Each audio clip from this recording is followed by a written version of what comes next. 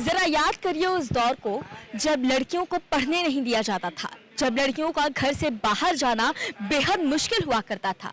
उस दौर में सावित्री बाई फुले एक ऐसी महिला थी जिन्होंने लड़कियों की शिक्षा के लिए एक कदम आगे बढ़ाया। बता दें कि मात्र 17 साल की उम्र में सावित्री बाई फुले ने लड़कियों के लिए, बालिकाओं के लिए, खासतौर से जो दलित लड़कियां थीं, दलित और अन्य जो छोटी जाति की लड़कियां थीं, उनके लिए उन्होंने एक विद्यालय बनाया और वो अक्सर जो है वहां पर जाया करती थी। और जब भी वो जाती थी, सावित्री बाई फुले जब लोग बच्चियों को पढ़ाने के लिए जाती थी, तो कहा जाता है कि उनके ऊपर गंदी चीजें फेंकी जाती थी, कूड़े फेंके जाते थे, तमाम तरह की परेशानियां आई, लेकिन उसके बावजूद वो शिक्षा के क्षेत्र में जो है वो आगे बढ़ती गई और आज उसका असर हमें साफ तौर से दिखाई पड़ रहा है। आज उन्हीं की 3 तारीख को उनका जन्मदिन है। उसी जन्मदिन के अवसर पर प्रेस क्लब में एक प्रेस कॉन्फ्रेंस जो है वो कराई गई है। बहुत बहुत स्वागत है मैम आपका। सबसे पहले आपसे जानना चाहेंगे, सावित्री बाई फुले की जन्मदिन पर ये जो कॉन्फ्रेंस कराई गई है उसका क्या उद्देश्य है? देखो, सावित्रीबाई फुले के जन्मदिन के दिन हमने पूरी देश की 632 संगठन, चाहे राष्ट्र स्तर का हो, राज्य स्तर का हो, जिला स्तर का हो या गांव स्तर का हो, तमाम ऐसा महिला संगठन और जो LGBTQ कम्युनिटी और जो डेमोक्रेटिक राइट्स के लिए, ह्यूमन राइट्स के लिए काम करे, वो तमाम ज़्यादातर महिलाएं हैं। ये संगठन एक साथ आके आज जो देश में किसानों की आंदोलन चल रही है, तो हमने सोचा कि हम बहुत पहले से भी बहुत सारे इशू के लेके जो डेमोक्रेटिक इश्यूज को लेके हम आंदोलन कर रही है, मगर ये 3 जनवरी हम क्यों चुन लिया है, वो हम सभी का, जो खास कर दलित और जो पिछड़ा वर्ग के लोग हैं उनके लिए भी।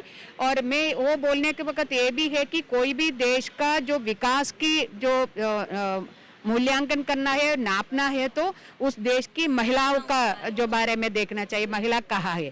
तो उधर फिर ये देखते हैं ये हमारी देश एक जो जाति प्रथा का जो देश है, इस वजह से हमें ये देखना है हमारी जो अंतिम महिला कहाँ है, तो उसको लेके और उसमें जो महिला की सशक्तिकरण में शिक्षा का एक बहुत बड़ा रोल उस वक्त सावित्रीबाई जैसा और साथियों ने समझ गया था। यदि आप केरला में देखेंगे तो अयंगाली ने सबसे पहले दलितों के लिए जमीन की बात नहीं किया, दलितों के लिए शिक्षा मांगा है। दलित तो शिक्षा इतना इम्पोर्टेंट है हमें।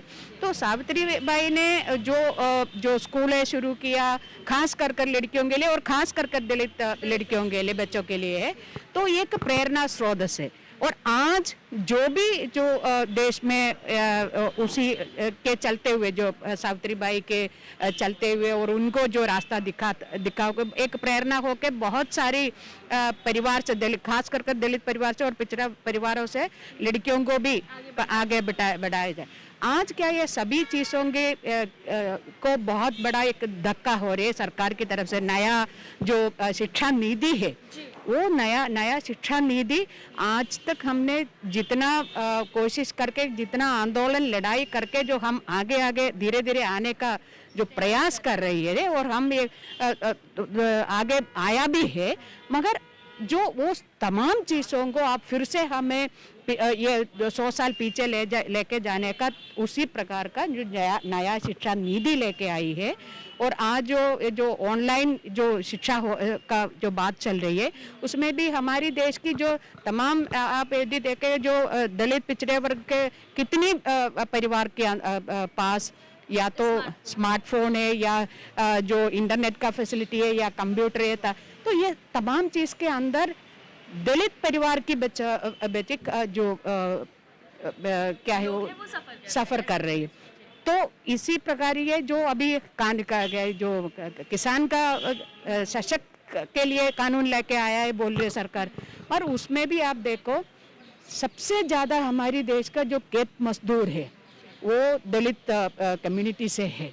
तो जब ये पूरी जो खेती पूरा जो कॉरपोरेट के हाथ में और जो फार्मिंग उन्हीं के हाथ में देगी, खेती उसके हाथ में देगी, तो हमारे जो क्या है, हमारी आजीविका बहुत बड़ा एक प्रश्न चिन्ह बन के रह रहे हैं। आजीविका प्रश्न चिन्ह है तो हमारे परिवारों को, बच्चों को, खास कर लड़कियों को उसका पढ़ाई के एक तरफ सरकार ने नया शिक्षा नीति ला रही है, दूसरी तरफ इस कानून ले आके हमारी आजीविका छीन रही है, तो उस वजह से हमारे पढ़ने का और दिक्कतें हो रही है।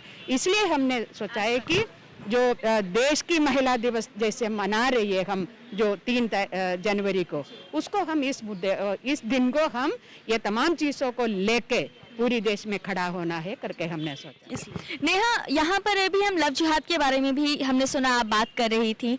जिस तरीके से यूपी में ये कानून बना है और बीजेपी के कुछ समर्थक कह रहे हैं कि ये कानून बहुत बढ़िया है, योगी जी का बहुत उम्दा कदम है, क्या कहिएगा? देखिए, पहले तो ये जो लॉ ऑर्डिनेंस आया है, Uttar Pradesh prohibition of unlawful religious conversion, तो अनलॉफुल रिलीजियस कन्वर्जन के लिए किसी तरीके की ऑर्डिनेंस की ज़रूरत ही नहीं थी, पहली बात। क्योंकि अगर वो शादी के बारे में बात करें, शादियों में बात करें, तो स्पेशल मैरिज एक्ट था उसके लिए, और फोर्स्ड कन्वर्जन की बात करें तो वो भी, उसका पूरा प्रोविजन प्रोसेस है कि अगर ऐसा फोर्सफुली हो रहा है तो क्या किया जाए।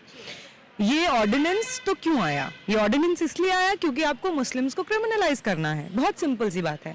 आप चाहते हैं कि जो मुस्लिम लड़के हैं, जवान लड़के हैं, उनको आप जेल में बंद कर सके, उनके पूरे फैमिली को आप क्रिमिनलाइज कर सके।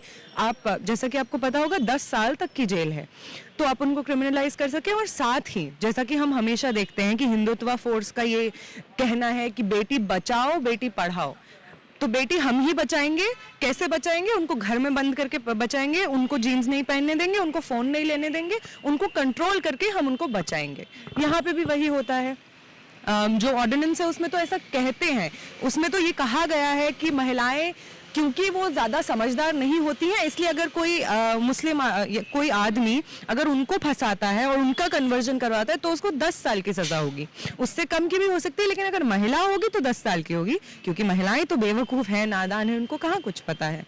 तो ये जो हिंदुत्व का नैरेटिव है, ये ऐसा ही रहा है हमेशा से, और ये भी हम देख रहे हैं। तो कोई ज़रूरत नहीं थी ये लॉ लाने की। ये इस वजह से आया है क्योंकि भाजपा सरकार को सत्ता कायम रखनी है, दंगे करवाने हैं, कम्युनल फोर्सेस से लोगों के बीच में दरार डालनी है। जिस तरीके की दरार टूटते हुए उनको दिखी सीए प्रोटेस्ट में, तो वो घबरा गए, तो उन्होंने उसको हटा दिया।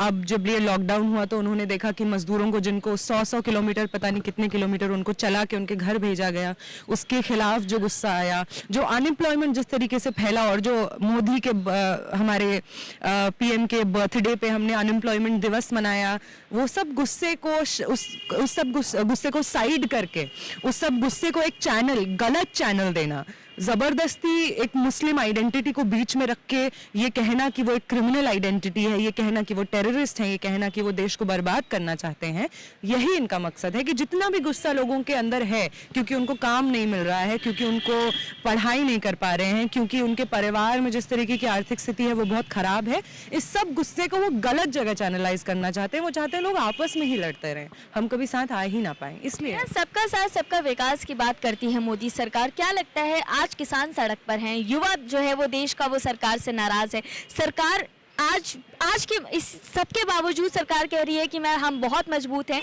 हम अपनी जगह से हिलेंगे नहीं, और मोदी जी तो ये कहते हैं कि 50 साल तक जाएंगे ही नहीं। हर सरकार जो सत्ता में रहती है उसको बहुत गुरूर होता है अपना सत्ता में रहने का। जब वो हट जाती है तो वो हट जाती है। तो इसके साथ भी ऐसे ही होगा। इनको लगा था कि कहाँ सीए के खिलाफ इतना विरोध होगा, हो गया। इनको कहाँ लगा कि किसान तो पहुँच ही नहीं पाएंगे, दिल्ली के बॉर्डर तक कहाँ पहुँच पाएंगे। किसान पहुँच भी गया, किसान बैठा भी हुआ है, और जितनी उन्होंने प्रिपरेशन नहीं की होगी उनको रोकने के लिए, उससे ज़्यादा प्रिपरेशन करके भी आए हैं कि हम यहीं पर बैठे रहेंगे। 3 तारीख को क्या करने वाले हैं आप, थोड़ा बता दें। जैसा कि इस प्रेस कॉन्फ्रेंस में भी आपने सुना होगा, if we do not rise का जो पूरा कैंपेन है, उसके तहत हम लोग अलग अलग इवेंट्स ऑर्गेनाइज करेंगे जिसमें लाइव होगा। हमने अलग अलग ऑर्गेनाइजेशन से बात की है कि जिस तरीके से डेमोक्रेटिक वैल्यूज़ पे या डेमोक्रेटिक इंस्टीट्यूशंस पे हमला हो रहा है, जिस तरीके से फ्रीडम ऑफ एक्सप्रेशन कर्ब किया जा रहा है, इस सब के खिलाफ प्रोटेस्ट निकलेंगे। जो सिंघू बॉर्डर है, टिकरी बॉर्डर है, उधर तक जाएंगे। और लव आज़ाद की टीम की तरफ से भी हम लोग इवेंट्स ऑर्गेनाइज करेंगे। हम लोगों ने प्लान किया है कि उस दिन हम लोग अलग अलग जगहों पर दिल्ली में प्रोटेस्ट्स होल्ड करेंगे और इसके खिलाफ पर्चा बांटेंगे, ये बताते हुए कि क्या ये लव जिहाद का नैरेटिव क्या है और ये क्यों ज़रूरी है, स्पेशली जो यंग लोग हैं इस देश के, उनके लिए समझना कि ये क्या नैरेटिव है, ये किस तरीके से हमको इफ़ेक्ट करता है, किस तरीके से हमको डिमीन करता है, हमारी चॉइस को डिमीन करता है। क्योंकि प्रेम तो सब करते हैं, कौन युवा या कौन इंसान मैं कहूँगी प्रेम नहीं करता है, सब प्रेम करते हैं। तो जब आप प्रेम को ही क्रिमिनलाइज कर देंगे, साथ में आप खाने को क्रिमिनलाइज कर रहे हैं, काउ स्लॉटर बैन कर रहे हैं, बीफ बैन कर रहे हैं, खाने को आप क्रिमिनलाइज कर रहे हैं, प्रेम को आप क्रिमिनलाइज कर रहे हैं, शब्दों को, आर्ट को आप क्रिमिनलाइज कर रहे हैं। सुप्रीम कोर्ट साफ तौर पे ये सब अलाउ कर रहा है। तो जब आप ये सब कर रहे हैं तो जो युवा है, जो पढ़ रहा है सबसे ज़्यादा चीज़ें, जो देख रहा है, जिसमें सबसे ज़्यादा जोश है आसपास की परिस्थितियों को समझने के लिए, एक दूसरे के प्रति सबसे ज़्यादा एक दूसरे को समझने के लिए जिसमें ये भावना है, वो कैसे चुप रह जाएंगे। तो ये युवा की ही एक आवाज़ है लव जिहाद के पूरे नैरेटिव के खिलाफ।